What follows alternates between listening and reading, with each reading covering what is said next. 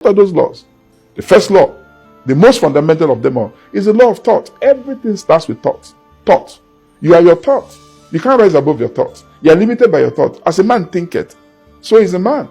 People are poor, not because of what they have or don't have, but because of the way they reason. People are rich because of the way they reason.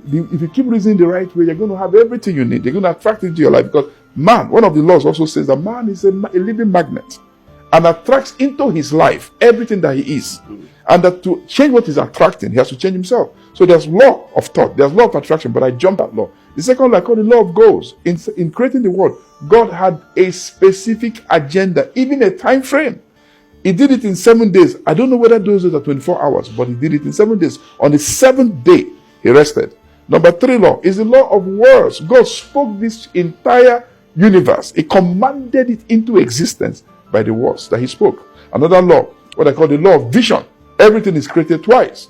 Everything God did, he saw it before he did. When God said, let there be light, he could never have said, let there be light, except he saw light in the midst of darkness. So if you can't see it, you can't have it. It's a law. Then there's the law of faith. All things are possible. Nothing is impossible. In fact, if something does not exist and you desire it, God will create it just to satisfy you, which leads us to the law of prayer. You can ask God for anything. In fact, the law of prayer simply states, don't worry about anything. Pray about everything. Don't forget to thank God and keep on praying until you get the answer. It's the law of prayer.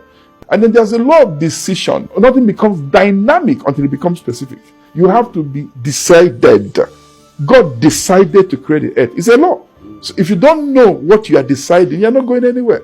So there's the law of persistence. You don't give up.